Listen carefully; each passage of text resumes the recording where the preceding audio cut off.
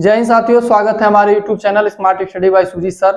पिछले 2-3 दिनों से क्लास नहीं चल पाई थी स्वास्थ्य कारणों के कारण से। तो आज हम जो टॉपिक है अर्थशास्त्र का दूसरा लेसन चल रहा था, आर्थिक क्रियाएं, उनके बारे में हम अध्ययन करेंगे। हमने अध्ययन कर लिया था जीडीपी के बारे में, जीएनपी के बारे में, इन सब चीजों को, एनपीपी के बारे में, इन सब चीजों का हमने अध्ययन कर लिया था, जिसको सीएसओ जारी करती है।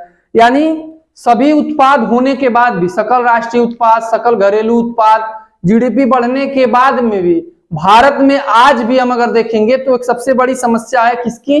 बेरोजगारी की। अब इतना उत्पादन हो रहा है, जीडीपी में हमारा देश इतना रैंक पे जा रहा है, लेकिन उसके बाद भी अगर हमारे देश में सबसे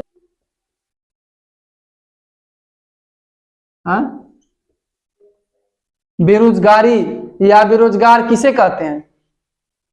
कोई बताए, बेरोजगार किसे कहते हैं?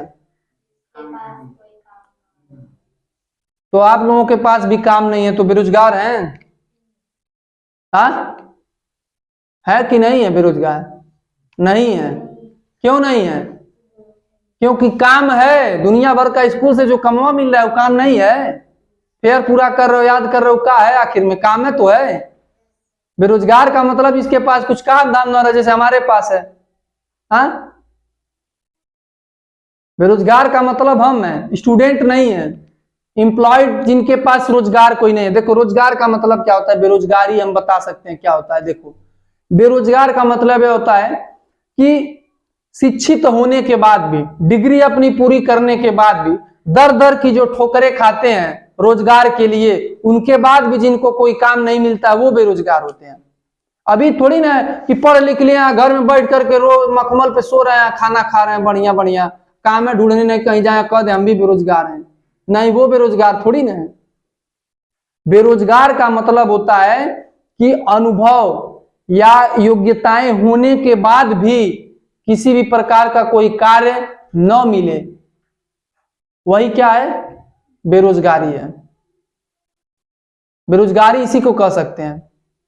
भारत की सबसे बड़ी समस्या है बेरोजगारी। इतना आप सोचोगे सर उत्पादन हुआ था, हम लोग देश की 5वीं अर्थव्यवस्था बन गए थे, बावजूद इसकी बेरोजगारी अभी भी है। तो है बेरोजगारी। बेरोजगारी क्यों है? कारण भी तो है। कहीं ना कहीं देखो, सारी चीजें सरकार, गवर्नमेंट ही दोषी नहीं होती है, होती तो है गवर्नमेंट भी, लेकिन अगर हम पूरा कहेंगे तो पूर्ण रूप से गवर्नमेंट ही नहीं होती है।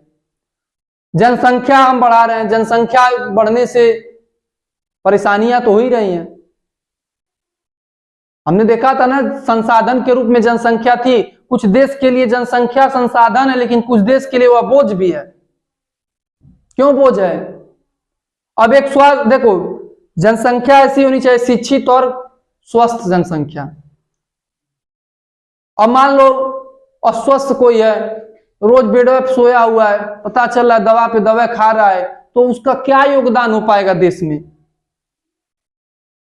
और एक ऐसी भी जनसंख्या कुछ देशों के लिए अभिशाप है, जैसे भारत के लिए अभिशाप है।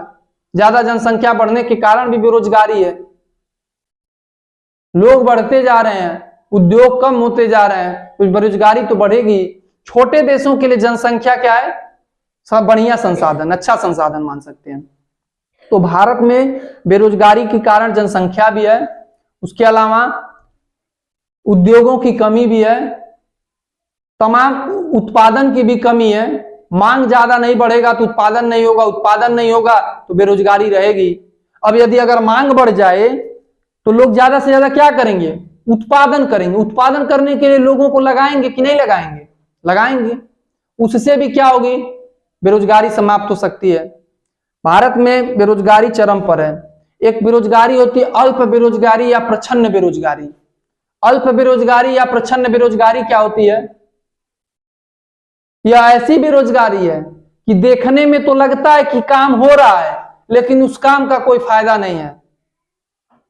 उस काम का कोई फायदा नहीं है। उसी को प्रच्छन्न बेरोजगारी या छिपी हुई बेरोजगारी कहते हैं।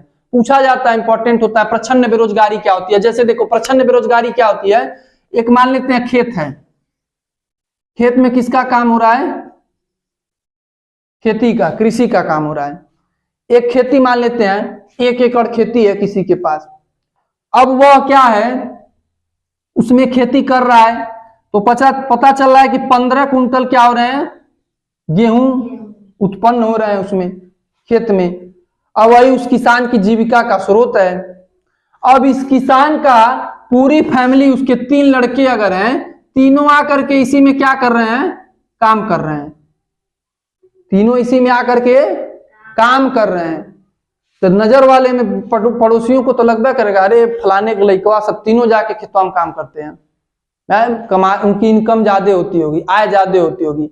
लेकिन इससे कोई फर्क पड़ रहा है? इसमें 4 लोग करें चाहे 50 लोग करें, ये जितना पैदावार है उतना पैदावार तो होगा ही। अब इससे ज्यादा थोड़ी बढ़ा लिया जाएगा, थोड़ा बहुत का अंतर आ सकता है, लेकिन उसे कुछ लाभ पहुंचा।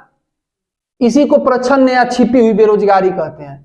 देखने में तो लगता है कि काम कर रहे हैं लोग, लेकिन उसका कोई बहुत बड़ा फायदा नहीं होता अंत में। वही क्या है, छिपी हुई या प्रच्छन्न बेरोजगारी है। समझ में आया कि नहीं? जैसे देखो, इस खेत में अगर एक व्यक्ति भी काम करेगा तब वो तो इतना पैदावार होगा। अब उसमें 50 लोग आकर के काम करेंगे तो लगेगा कि हाँ वो काम कर रहे हैं, लेकिन उसमें लाभ क्या हुआ, इतना तबों का लाभ हुआ, 15 कुंटल तबो पैदावार हुआ। बड़ा थोड़ा सा बढ़ सकता है, लेकिन क्या उससे सब लोगों को कह सकते हैं कि तीनों लोग रोजगार पाए हैं? मौसमी बेरोजगारी होती है, छिपी हुई या प्रच्छन्न बेरोजगारी होती है। ये बेरोजगारी के प्रकार होते हैं। तो प्रच्छन्न बेरोजगारी यह बता सकते हैं, देखने में लगे कि काम हो रहा है लेकिन उसका कोई बहुत बेनिफिट ना हो, लाभ ना हो, वही क्या है, प्रच्छन्न बेरोजगारी या छिपी हुई बेरोजगारी है। मौसमी बेरोजगारी भी होती है। मौसमी बेरोजगारी का मतलब क्या है, सीजन भर अब खेती जो करने वाला व्यक्ति है, क्या वो 12 महीनों गेहूं बोता रहेगा, गेहूं जोतता खेत रहेगा, पानी चलाता रहेगा? नहीं, वो मौसमी बेरोजगारी उसको भी कह सकते हैं। मौसम पे काम करेगा। तो ये बेरोजगारी है। उत्पादन हमने देख लिया, जीडीपी उडीपी, सकल राष्ट्रीय उत्पाद हमने देख लिया, सब कुछ देख लिया, लेकिन आज भी हमारे देश में बेरोजगारी है। क्यों बेरोजगारी को हम बता रहे हैं? क्योंकि है ये चैप्टर में। बेरोजगारी से सबसे ज्यादा रोजगार की बात की जाएगी, ये तो बेरोजगारी हो गई। सबसे ज्यादा आज भी रोजगार किस क्षेत्र में है? कृषि क्षेत्र में है। सबसे ज्यादा रोजगार आज भी कृषि क्षेत्र में है। आज भी 40 से 45% जनसंख्या हमारी किसमें लगी हुई है? खेती बाड़ी में। उनका वही रोजगार है। तो जब उनका वही रोजगार है तो उनके क्या करना पड़ेगा? सरकार को उस पर बल देना पड़ेगा ना, उस रोजगार को बढ़ावा देना पड़ेगा। बेरोजगारी को हम कैसे समाप्त कर सकते हैं? रोजगार के माध्यम से ज्यादा से ज्यादा रोजगार के अवसर उपलब्ध कराएंगे, तभी तो बेरोजगारी समाप्त होगी। अब जैसे ग्रामीण क्षेत्रों में किस माध्यम से सरकार की क्या योजनाएं हैं वो हम जानेंगे। बेरोजगारी को समाप्त करने के ग्रामीण क्षेत्रों में सरकार की क्या योजनाएं कर सकते हैं, कोई बताए? अतिरिक्त रोजगार सृजन, मतलब ज्यादा से ज्यादा हम रोजगार कैसे दे सकते हैं? तो ग्रामीण क्षेत्रों में लोग क्या करते हैं? खेती करते हैं। तो सरकार को खेती के सिंचाई के अच्छे से अच्छे टेक्नोलॉजी मुहैया करानी चाहिए, यानी सिंचाई के बेहतर तरीके या सुविधाएं। इससे भी हम क्या करेंगे? अब कहोगे सिंचाई से कौन सा रोजगार मिल जाएगा?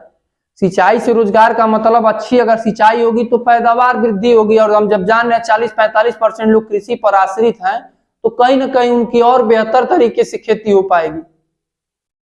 बेहतर सड़कों का निर्माण करें। सड़कों का क्यों निर्माण? ताकि अनाज है तो रास्ता आने जाने का रहेगा, परिवहन के माध्यम रहेंगे, तभी तो एक जगह से वो दूसरी जगह तक व्यापार करने के लिए अपने अनाजों को ले जा सकते हैं। आने जाने का सही रास्ता होना चाहिए। ग्रामीण क्षेत्रों की बात हम कर रहे हैं। परिवहन में क्या होना चाहिए? वृद्धि होनी चाहिए। अभी गांव में देखोगे संसाधनों का अभाव है परिवहन के रूप में। पता चलेगा सुबह के 7 बजे बस छूट गई तो अगले दिन सुबह ये 7 बजे मिलेगी, उसके बीच में कोई साधन नहीं है। कई ऐसे ग्रामीण क्षेत्र हैं जहां आज भी परिवहन के क्षेत्र सुविधाएं अच्छी नहीं है। तो किसान अगर है, मान लेते हैं कोई सब्जी वाला किसान है, उगा रहा है, अब बेचने जाना पड़े, अब मंडी उसकी यहाँ से पता चले 10 किलोमीटर दूर है, तो कितना साधन से जो जाएगा? 50 किलोमीटर दूर है। तो जब हमारे पास साधन वाहन रहेंगे, अच्छी सड़कें रहेंगी, तो किसान अपना पिकअप मिला देगा, ले जाकर के मंडी में बेच देगा, तो उसकी वो आय में वृद्धि होगी। अब उससे भी रोजगार लोगों को मिलेगा। एक पिकअप वाला जाएगा, वो भी उसका रोजगार है, ड्राइवर को भी रोजगार मिला। उस पे सब्जी ला देने वाला, उसको भी रोजगार मिला। किसान जा करके बेच रहा है, वो एक तरह से उसका फायदा हो रहा है, रोजगार है। तो ग्रामीण क्षेत्रों में इस तरह से हम रोजगार के अवसर क्या कर सकते हैं, मुहैया करा सकते हैं। क्या कदम उठाए हैं,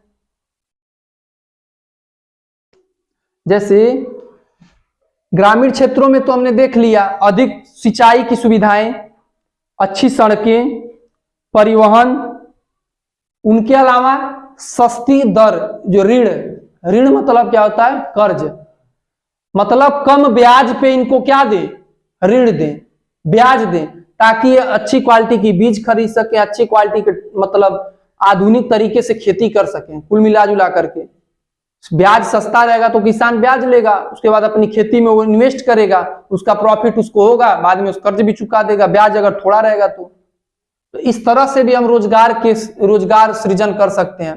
कदम उठाए या मतलब किस प्रकार से सरकार बेरोजगारी को समाप्त कर सकती है, उसको हम कैसे कर सकते हैं, क्या कदम होने चाहिए। जो शिक्षा होना चाहिए वो कैसा होना चाहिए, रोजगार परक होना चाहिए। आज के समय में देखते हो बीए, एमए, कोई महत्व, कुछ नहीं महत्व है। टेक्नोलॉजी वाले जितने हैं, आईटीआई, बीटेक, पॉलिटेक्निक, उसके अलावा ये सब देख ही रहे हो, कहीं ना कहीं जा करके क्या कर रहे हैं, जॉब पा जा रहे हैं, काम कर रहे हैं। तो जो शिक्षा होना चाहिए वो किस प्रकार का होना चाहिए, रोजगार परक होनी चाहिए, व्यवसायिक शिक्षा देनी चाहिए। जो नई एजुकेशन पॉलिसी आई है, अगर वो धरातल पे सही ढंग से लागू हो जाए तो उसका जो प्रयोजन किया गया जिस उद्देश्य से, वो रोजगार परक के उद्देश्य से किया गया है। लेकिन वर्तमान समय में बीए, एमए, पता नहीं डिग्री लेकर के बेरोजगार घूमने वाले लोगों की संख्या बहुत है। तो जैसी शिक्षा ऐसी होनी चाहिए जो क्या हो, रोजगार परक हो। ये सरकार के कदम होने चाहिए इस पर आधारित। यानी कुटीर और लघु उद्योग को क्या करना चाहिए, बढ़ावा देना चाहिए। ये रोजगार के अवसर हम बता रहे हैं कैसे दिया जा सकता है। कुटीर एवं लघु उद्योग क्या होते हैं,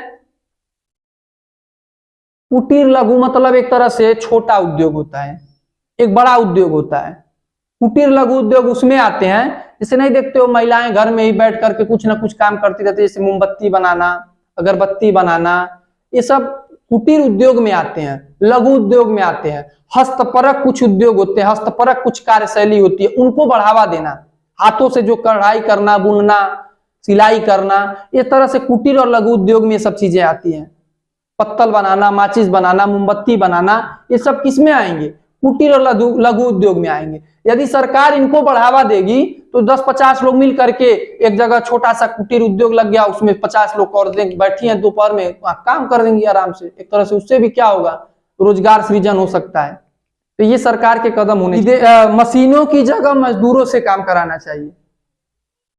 मतलब आज के समय में देख रहे हो ज्यादा से ज्यादा टेक्नोलॉजी लग रहे हैं। अब टेक्नोलॉजी लग रहा है, पहले के समय में देखोगे तो एक नींव की खुदाई होती थी तो उसमें पता चलता था 4-5 लोग लगे रहते थे, 5 दिन, 10 दिन, 50 दिन, जितना दिन लगता था काम करते थे। अब आज के समय में 2 घंटा में जेसीबी गई, उसको गड्ढा कर दे रही है, उसके बाद से हो गया।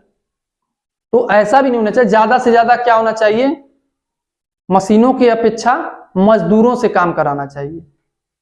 ये भी एक तरह से रोजगार में अवसर दे सकते हैं। कमी अगर आई है तो इनके भी वजह से कमी आई है, अधिक टेक्नोलॉजी का प्रयोग से भी कमी आई है।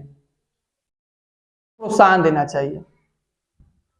उसके अलावा विदेशी निवेश को प्रोत्साहन देना चाहिए। विदेशी निवेश का मतलब क्या है, यानी जो निवेश करने वाली कंपनियां हैं विदेशी, वो भारत में ज्यादा से ज्यादा निवेश करें, ताकि इससे भी लोगों को क्या मिलेंगे, रोजगार के अवसर प्रदान होंगे। अब जैसे देखो एक विदेशी कंपनी आकर के रोजगार लगाएगी, अपना एक उद्योग लगाएगी, तो क्या उस देश के लोग आएंगे काम करने, यहाँ नहीं आएंगे। वो जिस देश में निवेश करेगी उस देश के लोग काम करेंगे। तो ज्यादा से ज्यादा अगर निवेश होगा विदेशी कंपनियों का, तभी भी हमारे यहाँ के लोगों को क्या होगा, रोजगार के अवसर मुहैया कराए जा सकते हैं। तो ये सरकार के क्या होने चाहिए, कदम होने चाहिए। ज्यादा से ज्यादा सरकार को इस पे फोकस करने की जरूरत है। स्वास्थ्य, बैंकिंग, इन सब को क्या करना चाहिए, प्रोत्साहन देना चाहिए। शिक्षा में अगर हम प्रोत्साहन देंगे तभी भी रोजगार के अवसर मुहैया करा सकते हैं। स्वास्थ्य बेहतर रखना चाहिए, क्योंकि सबसे बड़ा अगर रोजगार धन देखेंगे तो क्या है? स्वास्थ्य। स्वास्थ्य यदि सही नहीं है तो कोई रोजगार नहीं है, कोई धन नहीं है, क्या कर पाएंगे? नहीं कर पाएंगे। बैंकिंग भी अच्छी होनी चाहिए। हमारे यहाँ देखते हो, बड़ा दुर्भाग्य की बात है कि किसान आत्महत्या कर लेता है और जो मतलब पैसे लेकर के बड़े बड़े लोग भाग जाते हैं, वो लोग आत्महत्या नहीं करते हैं। किसान बैंक की इतनी इस तरह की सुविधाएं हैं कि बैंक, अगर एक किसान नॉर्मल व्यक्ति है तो उसके घर पे इतनी बार चस्पा लगा करके उसका वो करा देंगे, नीलामी करवा देंगे मकानों का। इतना कर्ज में ब्याज से वो लद जाएगा, किसान की आत्महत्या पे मजबूर हो जाता है।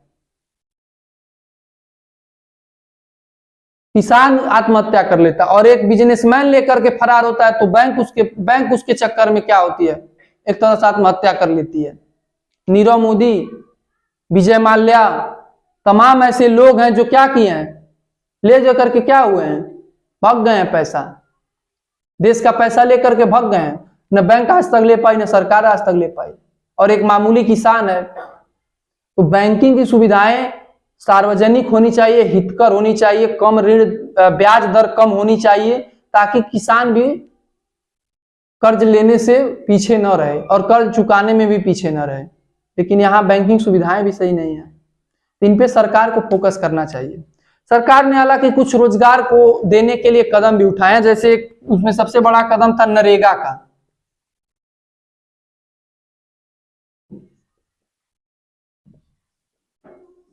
नरेगा सुने हो ना? नहीं कहते नरेगा नाम है कि नहीं? देश में देखो भ्रष्टाचार भी अपने आप में चरम पे है। नरेगा तो बन गया, लेकिन धरातल पे अगर उसकी वास्तविकता हम जानेंगे, नरेगा क्यों बनाया गया था, नरेगा का मतलब क्या होता है? देखो, इसका मतलब अगर हम निकालेंगे तो क्या होता है? National rural employment guarantee act, यानी नेशनल रूरल एम्प्लॉयमेंट ग्रामीण गारंटी एक्ट, यानी क्या है? राष्ट्रीय रोजगार गारंटी अधिनियम। ठीक है, राष्ट्रीय रोजगार ग्रामीण अधिनियम कह सकते हैं ना? हाँ, इसका मतलब क्या है? 100 दिन का काम, जो ग्रामीण क्षेत्रों में निवास करने वाले लोग हैं, अगर उनको कोई काम नहीं मिल रहा है तो कम से कम 100 दिन का क्या हो, एक साल में 100 दिन का उनको काम देना है। किसके तहत? नरेगा के तहत। इन नरेगा शुरुआत की गई थी, बाद में इसका नाम मनरेगा हो गया। आगे लगा लोगे एमजी नरेगा। एमजी नरेगा का मतलब क्या हो गया? ये महात्मा गांधी के नाम पे कर दिया गया। महात्मा गांधी राष्ट्रीय, मतलब कह सकते हैं Mahatma Gandhi national rural employment guarantee act.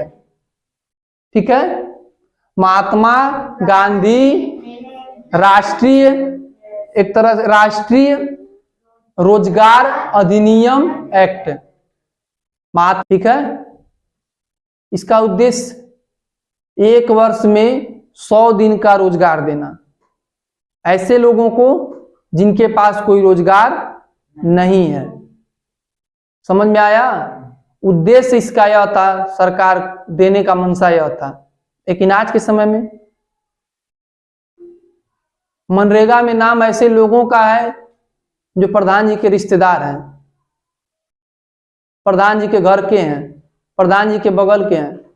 ऐसे लोग हैं जो कहीं ना कहीं काम कर रहे हैं, लेकिन उनका भी नाम चल रहा है नरेगा में, पैसा बजा रहे हैं प्रधान जी खाता से। आज वास्तविकता यही देखेंगे तो हम बहुत हद तक लाभ नहीं मिल रहा है लोगों को। सरकार का उद्देश्य था, लेकिन हमारे देश में भ्रष्टाचार कहां कम होगा? होगा ना भ्रष्टाचार। इसका उद्देश्य क्या है? लोगों को रोजगार देना। कितना? 1 वर्ष में कम से कम 100 दिन। और रोजगार कौन दिलवाने का काम करता है? देखो, पंचायत करती है। पंचायत यानी पंचायत में जो भी काम होंगे, ग्राम पंचायत में प्रधान के द्वारा जो भी कार्य कराया जाएगा, वो किसके तहत कराया जाएगा? नरेगा के तहत। नहीं देखते हो लोग रास्ता बनाते हैं तो माटी फेंकने का काम लोग करते हैं, चलेगा, पता चलेगा कि माटी फेंकते रहेंगे, नरेगा का काम होता है। बड़ा इसमें भी भ्रष्टाचार होता है, बहुत ज्यादा भ्रष्टाचार है। सही मामले में मिलता नहीं है लाभ, सही मायनों में इसमें लाभ नहीं मिलता है। वास्तविक रूप में देखेंगे मिलता भी है कुछ हद तक, अब अच्छे कुछ प्रधान भी हैं, कुछ उस तरह के बेईमान प्रधान भी हैं, दोनों लोगों की तरह कैटेगरी है। तो ये पंचायत ही सृजित करती है काम। जैसे पंचायत क्या करती है, जैसे अब चक्रोट बनवाना है, रास्ता जो होता है मिट्टी वाला काम उस पर कराएंगे किसके तहत, नरेगा के तहत। इंटरलॉकिंग करवाना है नरेगा के तहत, खड़ंजा करवाना है नरेगा के तहत। यानी इसमें काम करने वाले जो मजदूर होंगे वो नरेगा वाले होंगे। कम से कम 100 दिन का ऐसा इनको एक अपना खाका तैयार करना है काम का कि 100 दिन उसमें लग जाए पूरे साल भर में। और किसके तहत करा लें, मनरेगा के, जो जितने लोगों का नाम मनरेगा कार्ड बना होगा वो लोग उसमें काम करेंगे, उनका वेतन सरकार देगी। ये मनरेगा है। कंडीशन, अब मान लेते हैं मनरेगा में हम भी अप्लाई कर दिए अपना फॉर्म काम के लिए, मनरेगा में हमारा भी नाम चला गया। अब मान लेते हैं 15 दिन में यदि हमको कोई काम नहीं मिलता है तब क्या होगा, तो सरकार हमको क्या करेगी, इस वेतन के समान हमको बेरोजगारी भत्ता देगी। बेरोजगारी भत्ता क्या होता है, जिसके पास रोजगार नहीं है वो रोजगार करने योग्य है नहीं अगर हो रहा है, 15 दिन अगर वो फॉर्म भरा हुआ है उसको कोई काम नहीं मिला तो उसको सरकार मनरेगा के तहत क्या देगी, बेरोजगारी भत्ता देगी। बैठे बैठे क्या देगी, पैसा देगी। 2500 3000 जितना भी बनेगा उतना क्या देगी, पैसा देगी। हमारे हिसाब से तो ये बकवास है बेरोजगारी भत्ता। ये लोगों को क्या बनाता है, अपंग बनाता है। अब जिसको पास मिलने लगेगा बेरोजगारी भत्ता है, क्या करना है, दाल चावल रोटी मिल रहा है ना, कौन काम करने की जरूरत है, हो जाएगा मन में। तो अगर कोई पूछेगा सिंपल नरेगा क्या है या मनरेगा क्या है तो क्या बता दोगे, 1 वर्ष में 100 दिन का काम की गारंटी अधिनियम है। गारंटी है कि 100 दिन काम देना है मनरेगा के तहत हर एक ग्राम पंचायत को। और 1/3 इसमें महिलाओं को भी अधिकार है, 1/3, 1/3 महिलाएं, यानी 1/3 महिलाओं को भी क्या है, अधिकार है इसके तहत काम देने का। ये नहीं है कि पूरा 100 में 100% नहीं, 33% के समथिंग में महिलाओं को नरेगा के तहत क्या होना चाहिए, काम मिलना चाहिए। फुल फॉर्म कोई पूछेगा बता दोगे ना, Mahatma Gandhi national rural employment guarantee act, लगभग 2005 में आया था ये, ठीक है, मनरेगा 2005 में आया था। तो ये बेरोजगारी को समाप्त करने के लिए सरकार के द्वारा उठाया गया एक महत्वपूर्ण कदम था, जिसका उद्देश्य था कि गांव में रहने वाले लोग जिनके पास, क्योंकि गांव में उद्योग होते नहीं है, फैक्ट्रियां होती नहीं है, तो गांव में ऐसे ग्रामीण क्षेत्रों में जिनके पास किसी भी प्रकार का रोजगार नहीं, उनको कम से कम 100 दिन की गारंटी दी जाती है रोजगार की। नारा देखते हो ना, मिला गांव में ही रोजगार, शहर में जाना है बेकार, तमाम दुनिया भर के नारा देने लगे थे सब। तो ये नरेगा है।